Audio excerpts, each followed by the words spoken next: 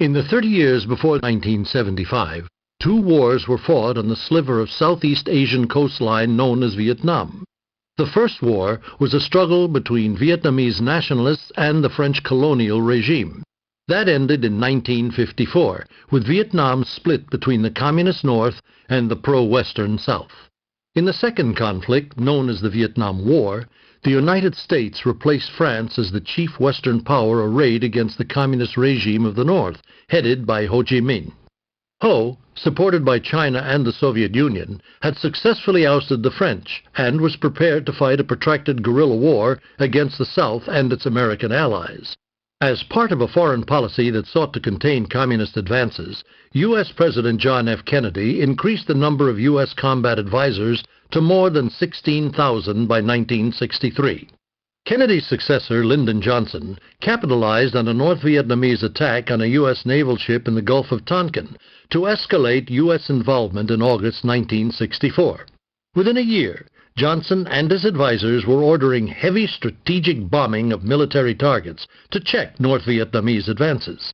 On the ground, U.S. troop levels increased dramatically, ostensibly to protect air bases. That role would widen as the war persisted. Viet Cong forces engaged in classic guerrilla warfare. They avoided conflict except in advantageous circumstances, melting into the jungle or the civilian population after an attack. Troops and supplies infiltrated through Laos and Cambodia along a network of jungle trails named for Ho Chi Minh.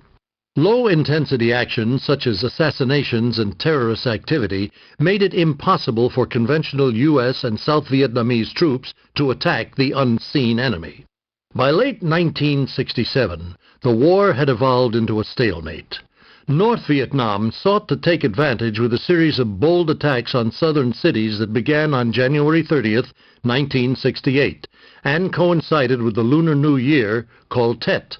Viet Cong troops attacked Hue, Saigon, and other population centers, winning a propaganda victory, if not a military one, by the time attacks ended 3 weeks later.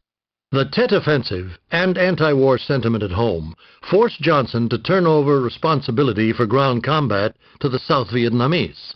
This policy became known as Vietnamization. President Richard Nixon continued Johnson's policy and ordered a steady reduction in U.S. ground forces. To keep pressure on North Vietnam even while withdrawing troops and seeking peace, Nixon ordered bombing raids on Viet Cong supply routes and sanctuaries in neighboring Cambodia in 1970. As peace talks continued in fits and starts, both North Vietnam and the United States engaged in major military actions. In spring 1972, Hanoi launched a major land invasion of the South. In December, the United States began massive bombing raids against the North's principal cities of Hanoi and Haiphong. After the bombing ended, the two sides resumed negotiations.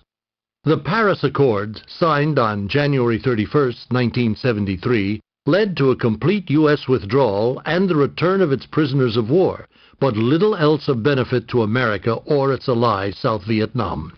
2 years later, North Vietnamese troops swept into Saigon.